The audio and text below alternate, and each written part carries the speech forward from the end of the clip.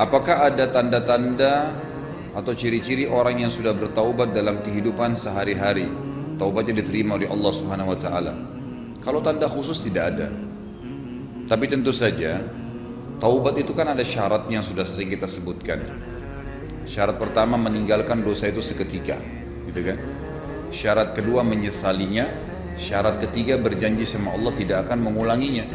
Berarti kalau Anda mau lihat orang ini taubat atau tidak, dia penuhi 3 syarat ini.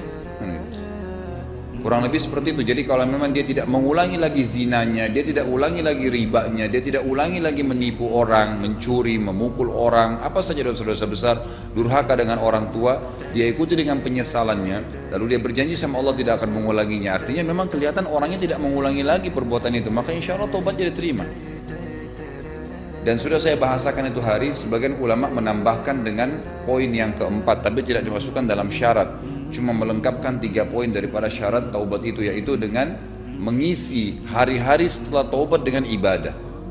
Karena kebanyakan Allah SWT mengatakan dalam Al-Quran apa?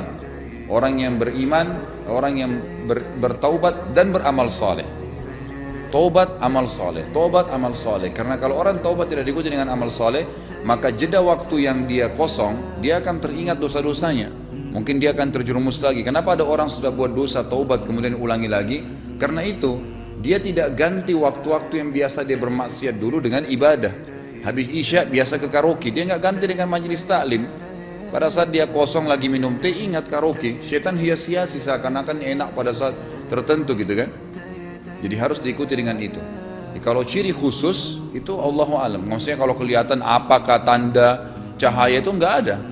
Tapi yang ada adalah kita bisa lihat dari perilakunya orang tersebut. Insya Allah kalau dia jalankan itu sudah memenuhi syaratnya, dia tinggalkan dosa, sesali dan janji tidak akan mengulanginya, akan diterima oleh Allah SWT. Dan kita dalam kaidah agama kita, saudaraku, kita tidak boleh ragu ya terhadap janjinya Allah.